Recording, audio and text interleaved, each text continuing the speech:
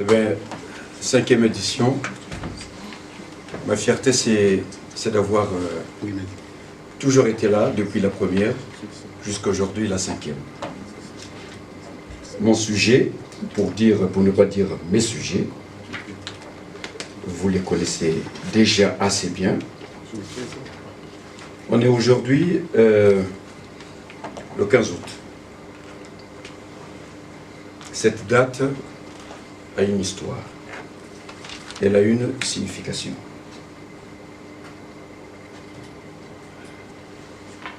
On doit remonter un peu dans l'histoire pour comprendre pourquoi on parle du 15 août. Le 15 août, en fait, sur les 14 États de l'AF et de l'AEF, je vous l'ai déjà dit, il n'y a eu que 3 États qui ont obtenu l'indépendance en rapport avec cette constitution votée le 28 septembre 58, promulguée le 4 octobre 58. On l'appelle Constitution de la 5e République. Donc elle succède à celle de la 4e. Cette constitution, c'est la mère ou la source de tout ce que nous vivons aujourd'hui.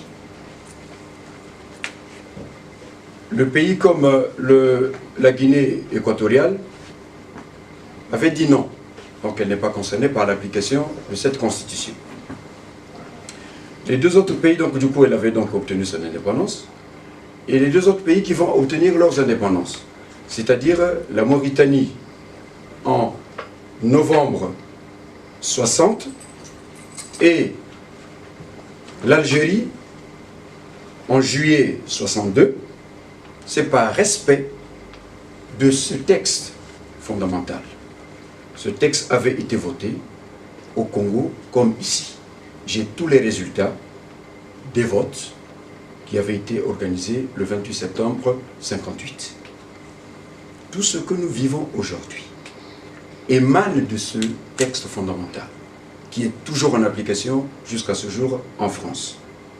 Il y a eu des lois constitutionnelles qui ont modifié ce texte fondamental, mais sachez que quand on est tous nés, on est né une date. Moi, je suis né le 1er mai 1961. Il y aura modification pour des raisons X et Y, mais cette date-là restera la seule et unique. On ne la modifiera jamais sur le registre où j'ai été enregistré à ma naissance. Jamais.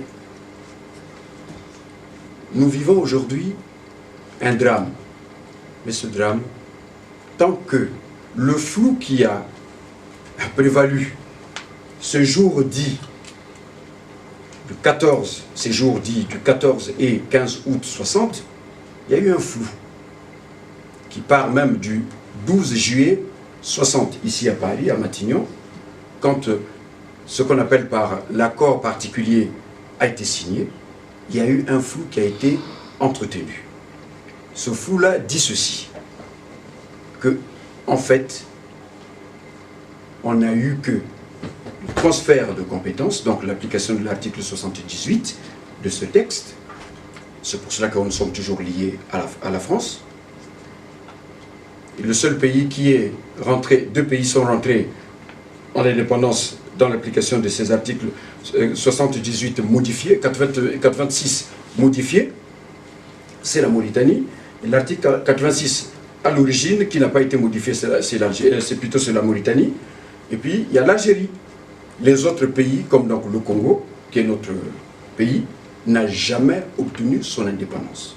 Il y a eu, retenons-le, il y a eu transfert de compétences. Et c'est l'article, à l'application de l'article 78.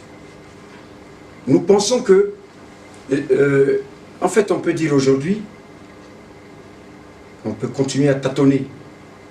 Mais s'il y a ça aujourd'hui, dans ce qu'il fait, c'est parce qu'il y a les conditions dans lesquelles nous sommes, on pense avoir été séparés de la France, qui ont été maintenus dans le flou.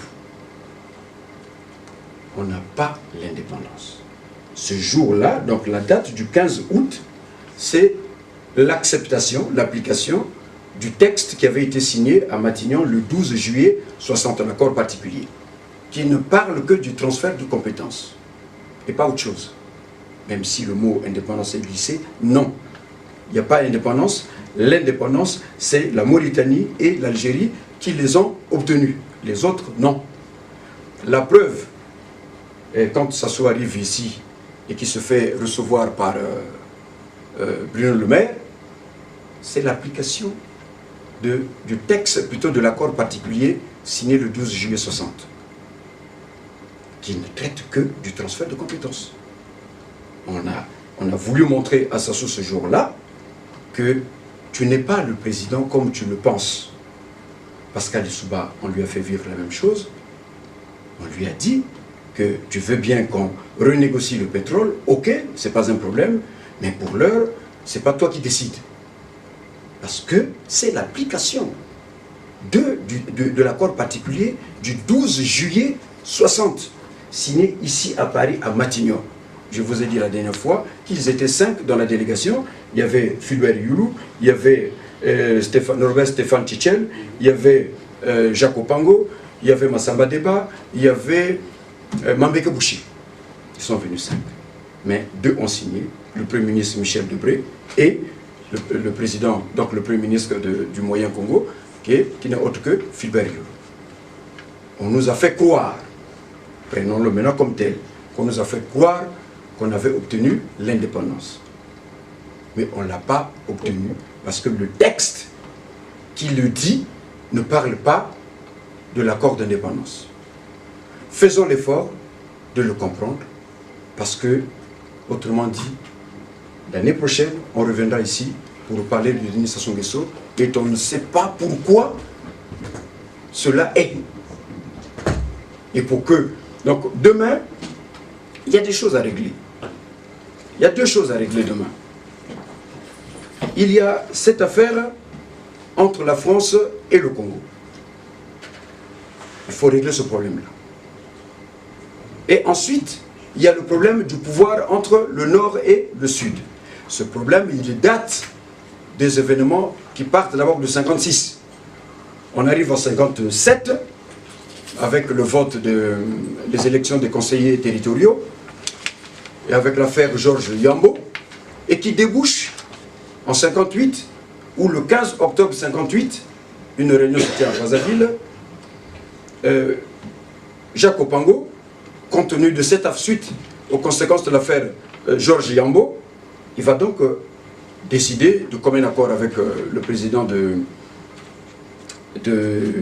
Lubangui-Chari, qu'il fallait mieux qu'on rattachât le nord du Congo à Lubangui-Chari.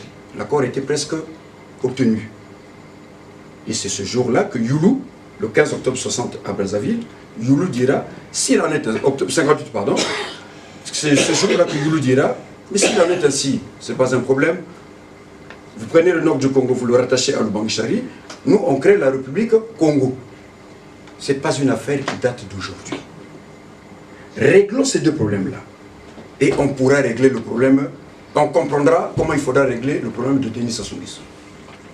Si nous continuons à minimiser cette réalité qui nous rattache, on continuera à se divertir.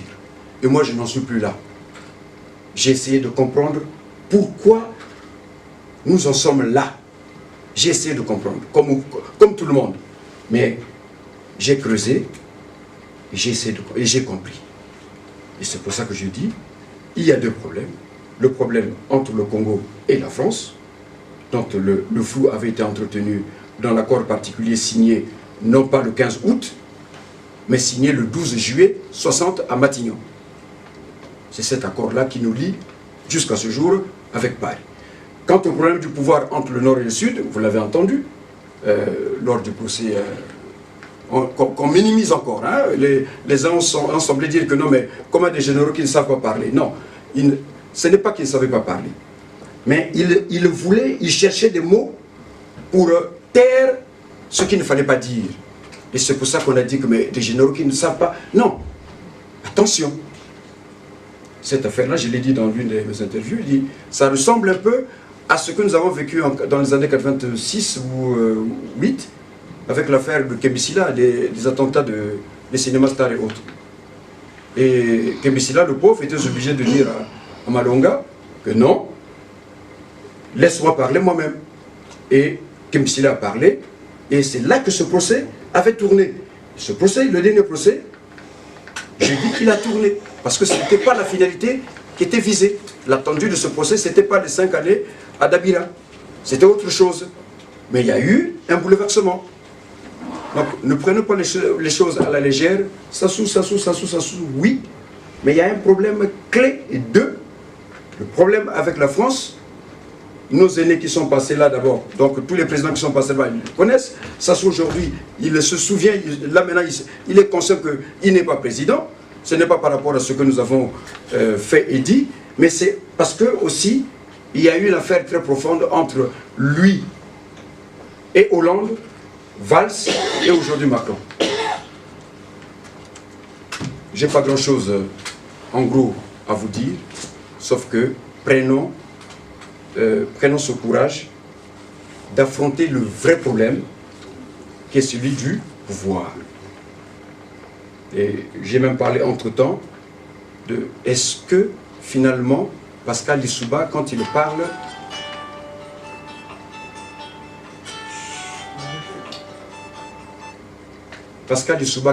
de la petite Suisse, ne l'a-t-il dit que sur le plan économique ou c'est sur le plan institution politique aussi?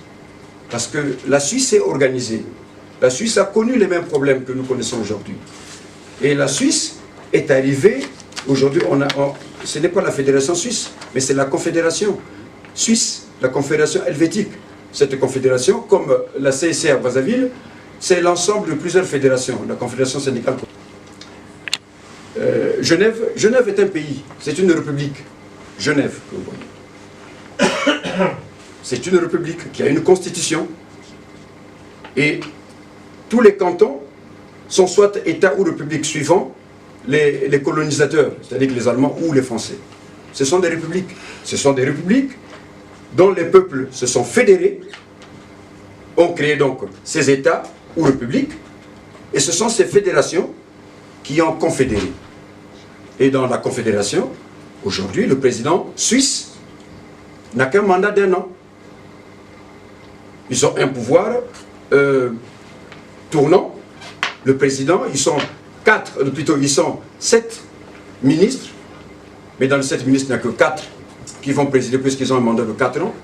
Et chaque président a un mandat d'1 an.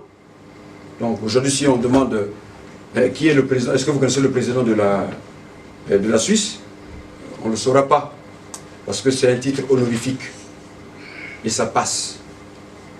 Mais réfléchissons, attaquons le vrai sujet. Ne rigolons pas parce qu'il y a des gens qui meurent. Il y a des gens qui meurent. Pensons à ces gens-là. Merci.